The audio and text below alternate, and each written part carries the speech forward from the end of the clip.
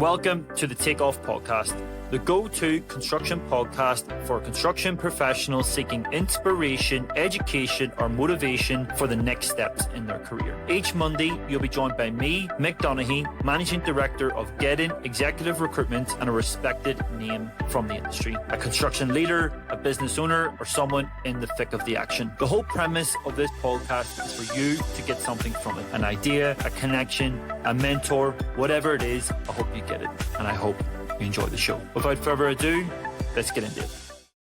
Hi guys, welcome back to another episode of the Takeoff Podcast. Today, I'm thrilled to be doing something completely different with the Takeoff, and I'm actually hosting the first ever cost and estimating roundtable. So today, I'm thrilled to be joined by a great panelist of experts within the estimating and quantity surveying sector. The whole goal of this roundtable is effectively to improve the image of estimating and quantity surveying throughout Australia. It's something I'm super passionate about. You know, anyone who's listened to the podcast over the last 100 or so episodes will know it's something that I'm super passionate about.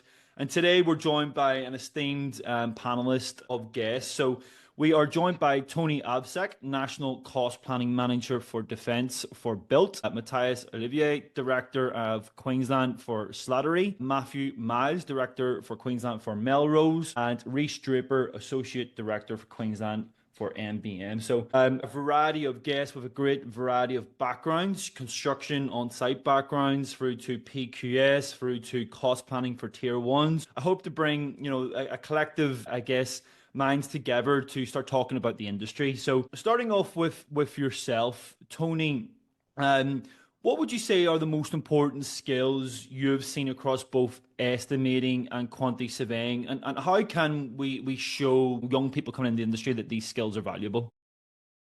Ultimately, to rise to a leadership sort of position in our industry, you need to be able to communicate your work, and you need good influencing negotiation skills. So you often have limited time to sort of get across the key insights to your work. Most of my career has been working on the contracting side rather than PQS. I've had limited 2 years in that space, but I'm sure client side, PQS have the same issues in presenting to clients. So, what the key insights, three biggest risks, three biggest opportunities. I often had GMs that's what they were looking for. I had one time at Lend-Lease, an ex-national cost planning manager, that he was an ex-rally car driver, sort of navigator, and his approach was the PM was the rally car driver, and your role as a navigator is giving that timely advice before the next turn comes up. Managing a design is very much about that, but so much easier giving a project a bit of a nudge early on, so you're not sort of wasting money on abortive design. So that makes a huge difference. Most of my career has been the early sort of stage cost planning, estimating side of things. So it's negotiation skills is everything. I worked with a colleague of mine that spent a lot of time in Asia, and I picked up some useful skills from him, that I apply to my day-to-day life, and comes in handy. Great answer. I guess for someone like yourself, Mathys, who has that experience as well, similar to Tony. Tony has 20 odd years working for Lend-Lease, moved to PQS, then back to tier one. You're someone as well, Mathys, who's worked in the main contractor space. What are your thoughts around that? Yeah, I mean, my career path was quite interesting. I worked for a tier two main contractor in South Africa, in Durban, for many years. And I think then coming to New Zealand and then to Australia, it was a bit of a culture shock when you step into a role and there's just a lump sum price put in front of you, and you don't have a bill of quantities to work for. Where in South Africa, there's bill of quantities, and you price the bill of quantities, and you've got the schedule of rates, and it's quite easy. So it was a culture shock for me. But I think those skills that I picked up in South Africa is all the money was always in the detail. And I think that was the skill we picked up in South Africa, is to actually at tender stage go and do a remeasure of the bill of quantities to pick up all the loose ends. And like Tony said, that's where you put your extra money. If the PQS slipped up on quantities, that's where you actually pump up the rates and make the extra money. But it's also when in the delivery phase where you actually go and remeasure the bill of quantities, see what was missed during that period. And I think when I got into New Zealand market where you receive a lump sum, I used that skill to reverse engineer the lump sum price to get to where I need to be and understand what is in the scope, what is in the detail of the project, and what is the buildability of what we're doing. How are you going to get to the end result? And it's looking at all those, items that you need to prepare before you actually start to build your prelims, your trade prelims. And I think that is definitely something I've learned from South Africa is that detail do matter. You're someone who's moved, from South Africa to New Zealand to Australia. So you've got that real good overview of different markets then, Mathys.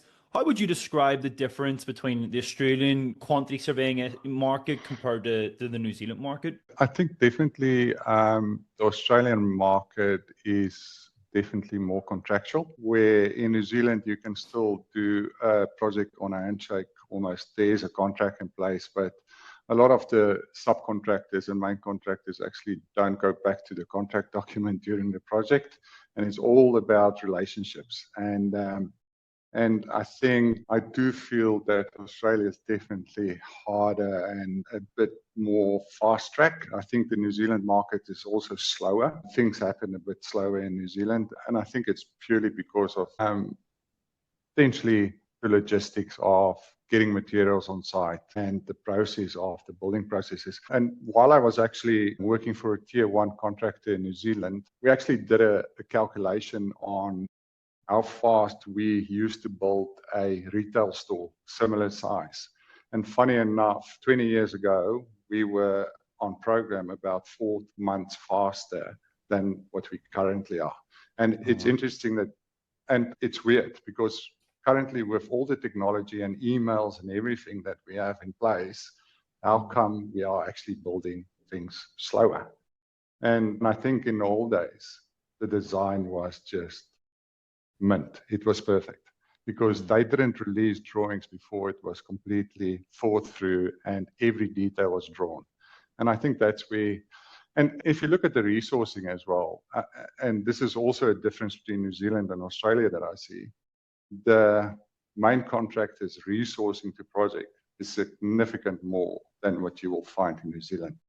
There's projects here where I sit on a project where a main contractor will have 20 to 30 people in their staffing, where in New Zealand you will potentially have half those resources. So definitely a massive difference. You mentioned you brought up a great point. There with regards to technology, and that's something I wanted to ask yourself about, Reiss. Do you see an evolution in that space in terms of how AI?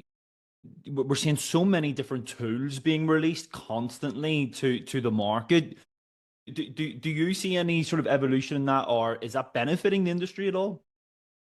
I think there's plenty of technology out there. I think it's still too early to say that there's one particular piece of software that can do everything. There's a lot of software that can do elements of it, elements of takeoffs. But I think probably BIM, albeit quite a long, drawn-out process, is probably the most holistic one at the moment. There are others out there, but as I said, they'll just take off things on a plan drawing as an example. The main challenge with incorporating technology into a PQS firm is that it actually limits the amount of training that you can give your staff, right? Your younger members of staff. They're not learning their trade. So although you're able to save money by a computer just taking all the quantities off and chucking it into an Excel, like the younger members of staff, in 10 years' time, they're not going to understand necessarily the building blocks of our profession. So I think we have to tread really, really carefully, because if you rip the heart out of quantity surveying and what it actually stands for, I think what the role is going to turn into perhaps is more like data analysts, trends, looking at trends, and yes, okay, the computer software will quantify it and maybe price it for you, but does it actually really make sense? You still need a human brain to to make sure that, and someone to actually deliver it to a client, you know, not just, there you go, there's an email, you actually need to talk through it. And so you still need the core training there to be able to deliver that to the client. One of the things about yourself, Matthew, is that you've got a variety of experience on, working for PQS, the likes of Gleeds, and then working for smaller contractors, which is, in my opinion, smaller contractors are the heartbeat of the industry. You'll have maybe 5 tier 1s, but you could have 200, tier 2, tier 3 type businesses. It's a very competitive landscape. Do you see technology given an advantage in that respect in terms of quantity surveying estimating? Yeah, I think it definitely has its place. I suppose just touching on what Reiss said, like we've got a different piece of software for, I suppose, different elements in the business, i.e. Costex for estimating and takeoffs, Estimate One for your tender, procurement send outs. You've got Procure Pro, which is taking it from, post award to, on site pretty much. And there's all these facets. But touching on what Reiss said, it's quite interesting we say that, you put everything into a model and it spits out, your form work, and you've got 200 square meters of form work. And it happened to us recently on a work store where, you'd expect it's 3 to 4 meters high. And then all of a sudden, nobody's really thinking about it being 7 meters high, and nobody's allowed for that propping, for example. And unfortunately, there isn't really the training on understanding exactly what implications that has. And like you say, it's almost, you've got to almost put the software to one side and actually sit down in a room and explain building methodologies and construction methodologies, how things are put together before we even go there. And, unfortunately, we're going at such a fast pace with AI and everything that I probably share the same concern that everyone sort of entering the industry here isn't going to be doing the hard yards, so to speak, and really putting in the effort to actually understanding how you build. A lot of that's probably not very glamorous, so to speak. So yeah, definitely it has its place, but graduates coming through have to realize that you have to put the work in, and you have to lean on people who've been there and done it, and go to site and really start learning for yourself, because you can't use a textbook, unfortunately. You have to get out there and you have to learn the hard way, learn the misses, and apply that sort of construction methodology to how you price things, really. So it's interesting for sure. No, I agree. And in a real nutshell, and I know I'm not in the construction industry specifically, but I recently hired a young graduate. The first thing I said to him on day one was, you're literally competing against an AI at the moment, because everything that you're going to be learning over the next few weeks can be done in seconds with an AI. But for me, that doesn't even come into it, because you need to understand the fundamentals. For me, it's the fundamentals of learning about the craft of interviewing and of being able to find quality candidates and matching quality candidates. And similarly, what you're talking about from your process within estimating and quantity surveying, we still need those fundamental skill sets and to learn that. And another sort of example, when I studied architecture, of course, first day you go in and learn to use a specific software, but we had to start off by actually looking at drawings, measuring out drawings with an old sort of scale ruler. There's nothing wrong with that, Mick. That's the old way, mate. My first job in construction was folding drawings. I didn't even really get to look at them. I had to fold them. Honestly, I think if I passed some A1 drawings to a cadet, they'd literally look at me and just go, "Are you joking? Like, do I have to do that?" And unfortunately, that's what's missing a little bit at the moment. A bit of that hard work and the, just, I suppose, earning your stripes. Early days. If I can add to that as well, when I studied, our classes at university started at 7 a.m. in the morning till 1 p.m. And then from 1 p.m. onwards, we had to go and work for a construction company or a builder. And I think that's the skill that was lacking or is lacking. You see a lot of the graduates that come through and they 2D thinkers, they're not 3D thinkers. They actually just look at a drawing and they go, "Oh, this is how it's going to look," but they actually don't have any idea in 3D what they're building. And I think the only way you can actually build that experience is to go and stand on site and actually look at a builder and what he's building and how he's doing it, and understand the production rates and understand material and so forth. And I think that is really important for students to go and sit on site for days and days and just absorb. It's a key skill we call spatial awareness, that you can sort of visualize three-dimensionally the space. The fighter pilots have the same requirement, that they can visualize where they are in sort of up in the air. But, it's like any of us walk into a shopping centre, we can sort of picture we've got this 3D mental image of the mind map of the shopping centre to find your way around. But the average person is losing that skill mostly through GPS now, that spatial awareness just isn't there. With regards to sort of broadly speaking, so that was a great interjection there, Mathys, in terms of the structure of degree courses. I know in the UK and in Ireland, they have what they call a sandwich course. So they'll do 2 years of theoretical study, a year out on site with a contractor or a consultancy. And then their last year is split, part-time between like working and studying.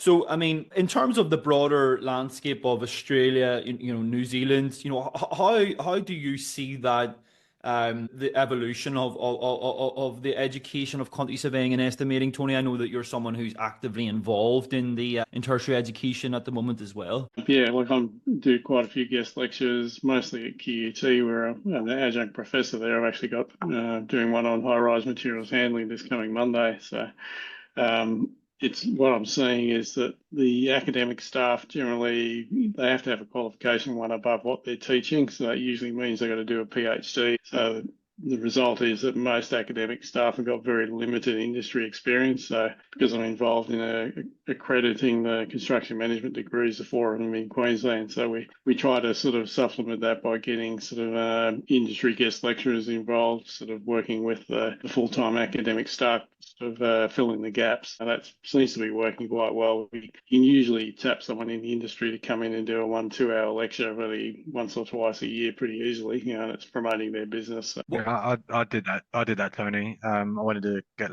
guest lecture at QUT as well. And what was quite upsetting was, I mean, there wasn't many people in the lecture to start off with. But out of all of the people in the lecture, not one, right, was training or wanted to be a QS.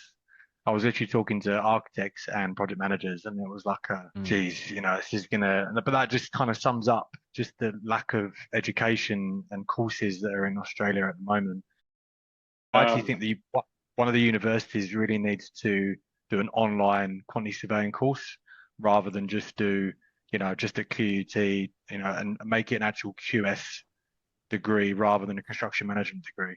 You're going to get more people interested if it's a national online. Well, the issue I can tell you is the profession is invisible to school kids. Yeah. And it's not the university's job to promote a profession. It's the professional association needs to do that. That's in the case of the AIQS and MRICS. Because the online resources of a year 10 student it's set up by the federal government. I've sort of set up a dummy profile on there, and you type in quantity surveying and you get civil engineering. There's absolutely nothing in there about quantity surveying. If they haven't got a family, a friend of the family that is in the profession, it's completely invisible to them. For sure.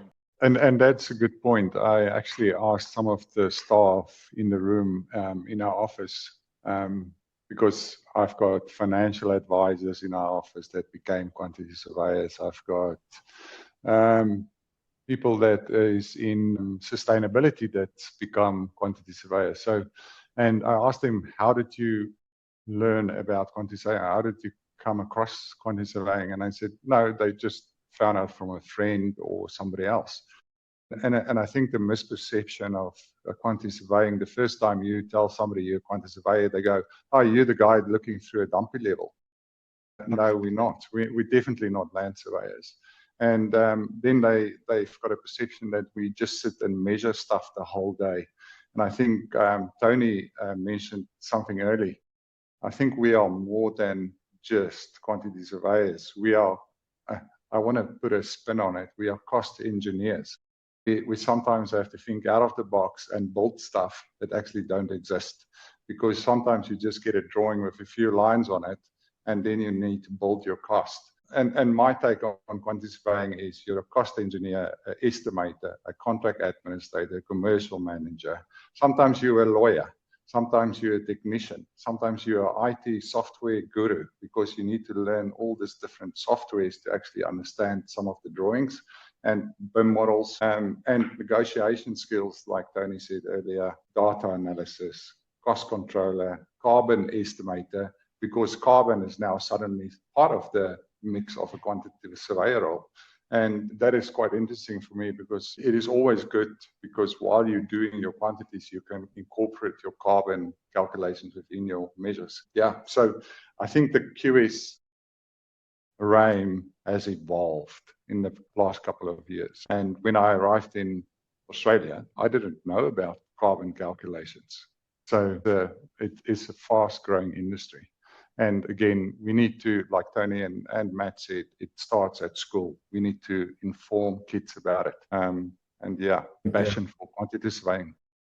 Yeah, I think I was going to say, I think you can get quite inventive and quite engineering when you start missing things out your tender and you need to go finding plugs. Yeah, definitely. I've recruited many different locations. I've moved back to Europe recently, and what I've noticed is the explosive demand for quantity surveyors across UK, Ireland, and Europe. It is insane. You cannot speak to a company without them saying, I need at least one QS, I need a commercial manager. And this isn't PQS firms, this is subcontractors, main contractors, developers, you're talking about even client side. They all see the value in the QS role, it's so different compared to Australia. How do we go about changing that? Is that, do we need to be more vocal about the profession and what it does? How can we start off with that, Matt? Good question. Yeah, I suppose that's the golden ticket, isn't it? I mean, just it's so hard to explain. I mean, you're someone who's went from you've went in multiple different types of lanes, haven't you? It's not just one specific I guess role that you've focused on within the industry. And ultimately, yeah, that's it. It's I suppose it's promoting just how beneficial a QS or estimator is to a business. If you were to take any other industry and say this one person is in charge of all cost associated items for this $100 million business over 2 years, like that's insane. You don't often come across that, but ultimately that is the role of a QS or an estimator, but also looking out and program every facet of a construction project runs through a QS or an estimator. And even with me, obviously we're up front at the front end with a 4 or 6 week tender period, but you're bringing everyone together and problem solving. You are the person that everyone's coming to give answers to, I suppose. And I think people don't really understand that. It's trying to get that into the market of just how important you can be and the growth that can provide you through your career. Now, fortunately for me, that's led me from the UK in a PQS firm to Australia in a PQS firm and to estimating. And the thing is over here is the demand. I've even seen adverts out now for you have to have QS experience to be an estimator because of just how crucial I suppose the measurement skills you've got, the negotiation skills, the contract skills. If somebody gives you a tender, you're looking at everything: contract, program, buildability, risks, late condition, all these sort of things. And I think that is a really attractive role, but unfortunately people just go, oh, do you just measure the wall and do you look at this? And it doesn't really sound appealing, but it's great. Once you're into it, you're like, you are the person who holds the key to that project success, because I've seen it time and time again. If, particularly from a QS perspective and an estimating perspective, it's non, as Tony said earlier, if you don't plan it right and you're not organized, it can very quickly get away from you. And having that skill set can be transferable to any role in construction, I personally believe, from finance to operations to site management, like all of it. It's taking something, breaking it down and building it back up to get the best value ultimately. And that's how I suppose we've got to put a spin on the role itself and the variety of around the world projects there are to work on. You look at Saudi Arabia at the moment, and people are getting paid astounding amounts of money.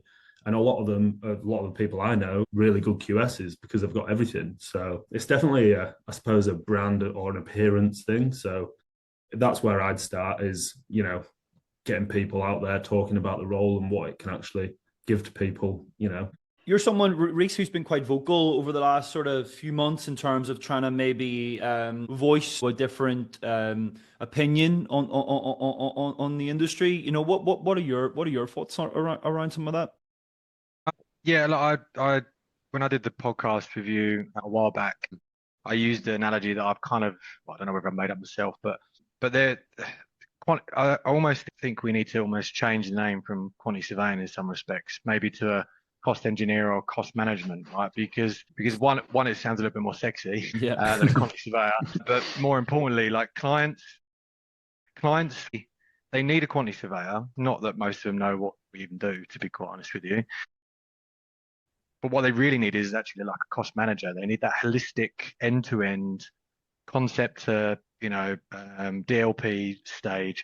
But all they're really willing to pay for is someone to do a takeoff, right?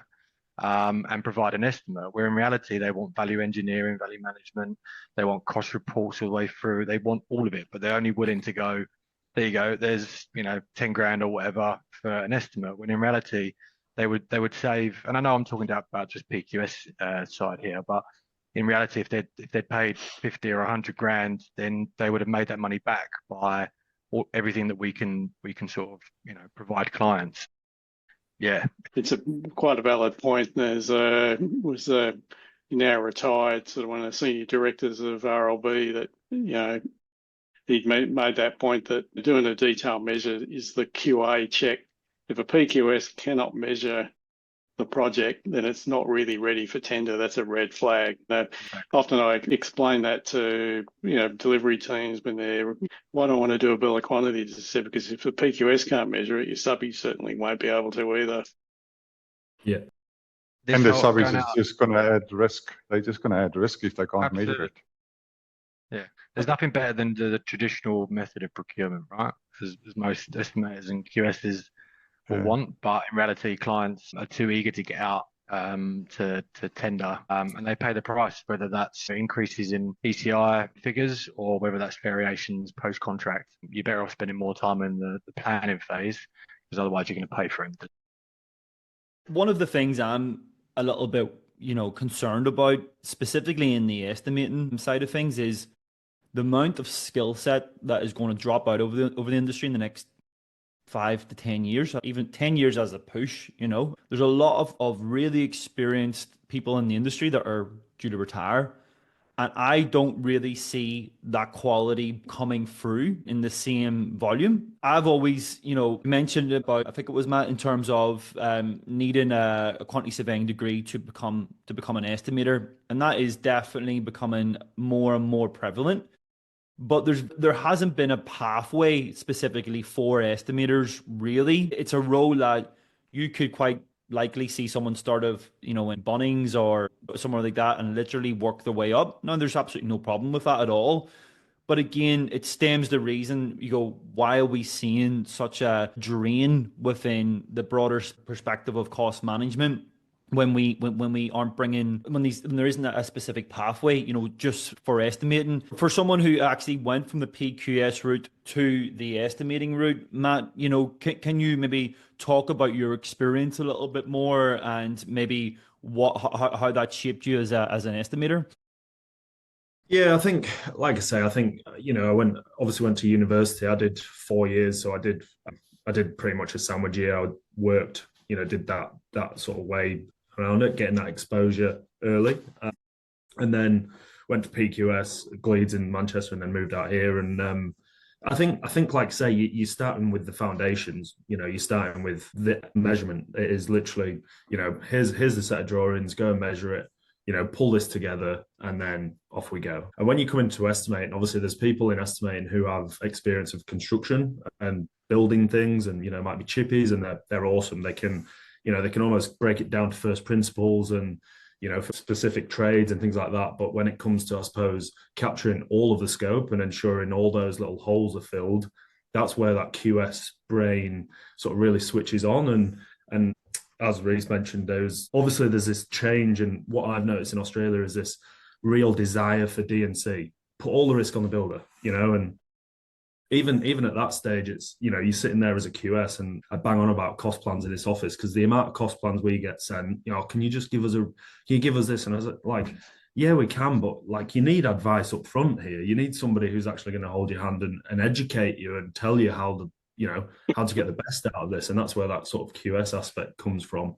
And that's why I think a lot of builders are looking for that experience, because they have that cost planning expertise. And as Tony will know, and that's a real benefit, because we are getting handed, 50% D&C jobs and going, here you go, you've got to fill the rest in. And the problem is, I've seen it happen. You give that to an estimator from, a background of construction or, trades on site, is they just price what's on the drawings. And then it's a case of, oh, well, it's not there, so what do we do? And, that's why I suppose that experience and that exposure to filling the gaps is really, I suppose, beneficial to builders, because, nobody wants to pay the design fees. And that seems to be what it, particularly around residential jobs, design fees are out of the developer's pocket. So like, oh, no, let's just move this on as quickly as we can.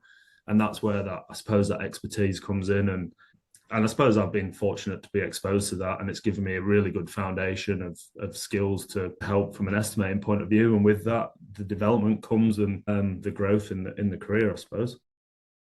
One of the key things I'm keen to maybe explore is some of the career highlights, and shed some, I guess some of those interesting facts and projects that maybe you've been involved in over time. Mathys, what are some of the most interesting problems you've worked on? I'm sure you've seen so many weird and wonderful things of your career. Has there been anything specific that you went, that was really interesting?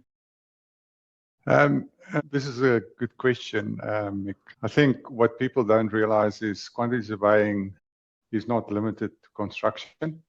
And I was fortunate enough to work in South Africa for a marine construction and salvage company, where we actually had to think out of the box. There was several shipwrecks across the South African coast and within harbours, and we needed to figure out how we're going to actually salvage those shipwrecks from the sea. And that was quite interesting, because you needed to consider the production of divers. You needed to consider the wind directions, how that's going to affect your tugboats and your barges while you work in the ocean. And then you gather all these experienced people, that's marine captains and divers and everybody, and you get all that information, and you start building your numbers to get to a final lump sum price. And that was one of the most interesting career paths I had, working with ships and understanding how to actually get stuff in the ocean, and even building stuff in the ocean. We had to do cable repairs in the middle of the ocean. And how do you estimate that? You're working in tons of fuel per hour. It is significant numbers. So I think that is what people don't realize. Quantity surveying is not limited to construction. It's insurance companies use. The marine, what do you call it? Some of the defense force people will use quantity surveyors in their industry. Even if you didn't know it, I was an ostrich farmer. I used my quantity surveyors as an ostrich farmer. So you can use quantity surveying in any industry, because you've got that skill of negotiating, doing calculation, doing a cost estimate, and to get to a final number. And but definitely marine was one of the most interesting things I was involved in. Mathys, you must have had a lot of ostriches if you needed to have quantity surveying expertise. quantifying the eggs and when they were going to hatch Absolutely. and what the program was going to be and all the rest. all those. What about yourself, Tony? Obviously, someone with such a depth of experience within the industry, you're working on a whole range of exciting projects over the years. What's been maybe one of your highlights from a QS estimating point of view? Being able to sort of work and travel globally has been fantastic. Sort of in my time at Lend-Lease, I was fortunate to develop sort of skills to research a new market as a third-year cadet. I was working with the chief estimator of Fletcher's at the time. There was a New Zealand company in Darwin.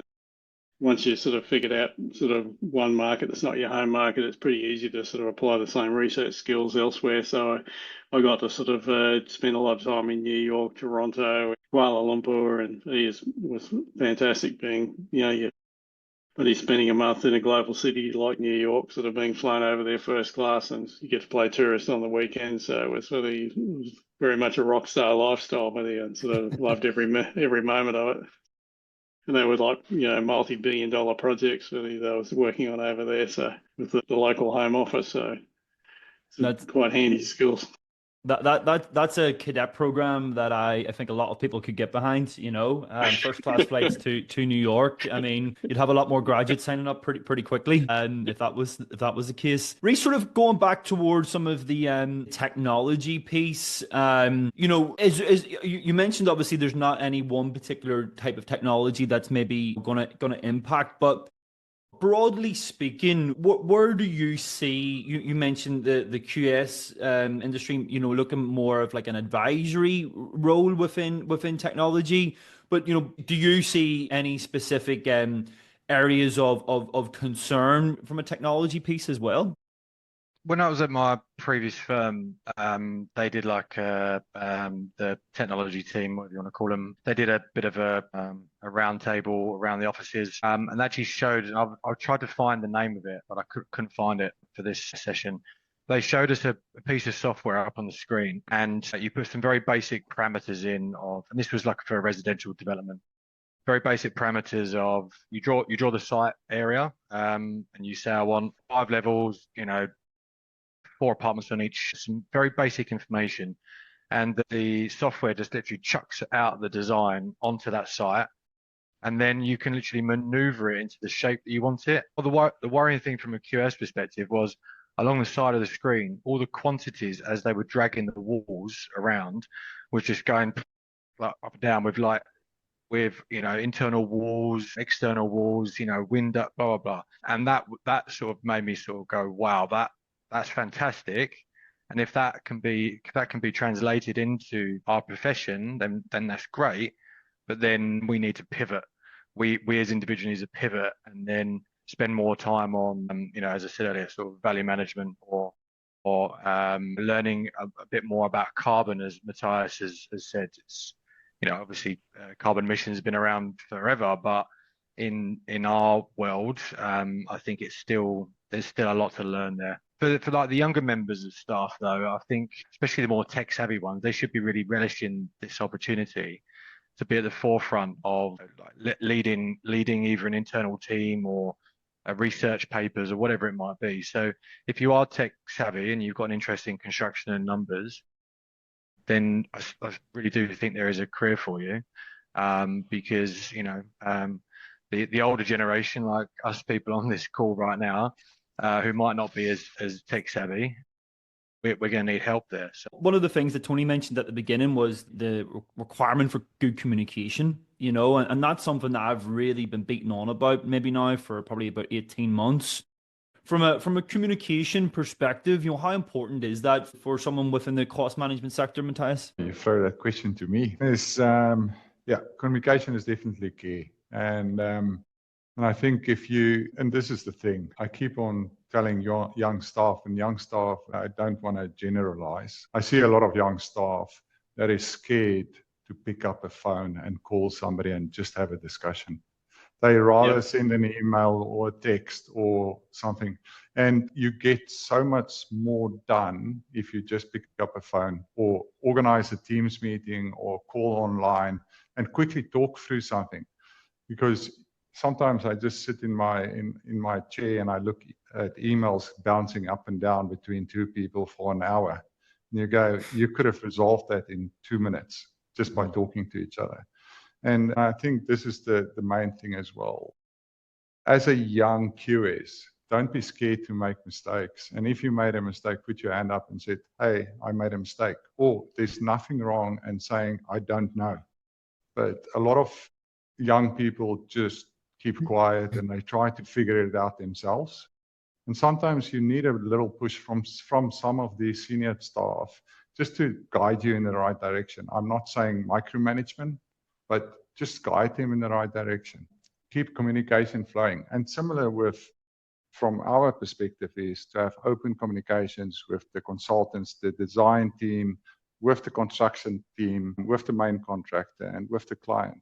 And you get so much more done if you sit around a table. And sometimes I'm all about team meetings, and I think it's really helpful. You don't have to travel. But sometimes you sit around a table, physically around a table, and just have a discussion. You resolve hundreds of problems really quickly.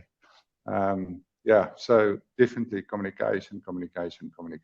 For someone, Matt, obviously you've now a director now of a business. Do you see the importance of communication from various different stakeholders as well as internally? Is that a major concern, but something that you see a lot of importance in?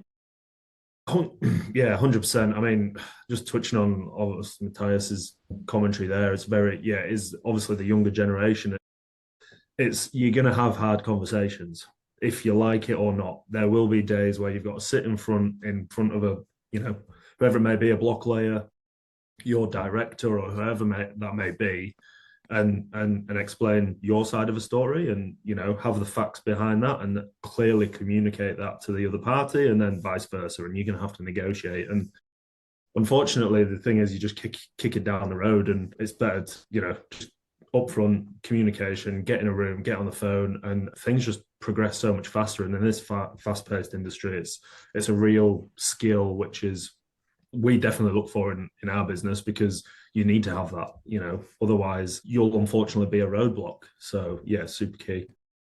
I think it's, probably the most important skill set, alongside having the technical knowledge and aptitude, is the communication. Because from a PQS perspective, if we're hiring, say, a director, 90% of that interview is based around the soft skill. So they're looking at, can this individual manage a team? Can this individual potentially build rapport with clients and nurture client relationships?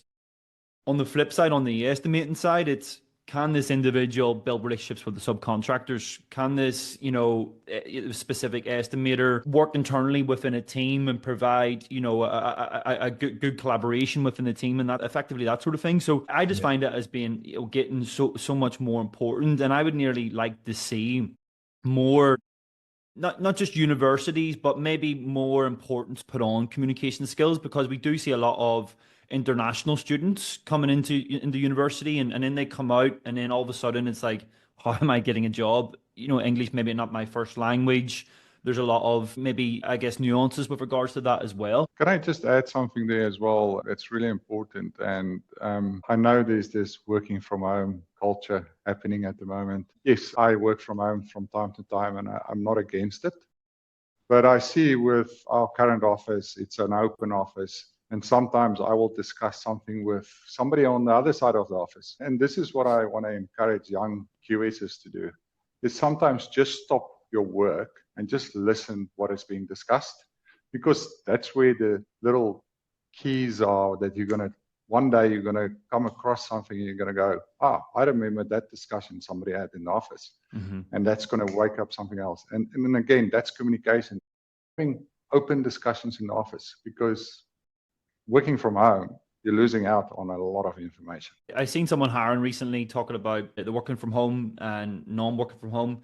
And this business entrepreneur, very, very, very successful. He was all about working, from the office, and all about that, I guess, speeding your career, basically giving you the real competitive advantage over those that are working from home, because you're not going to get that learning by osmosis as you're talking about, Mathys.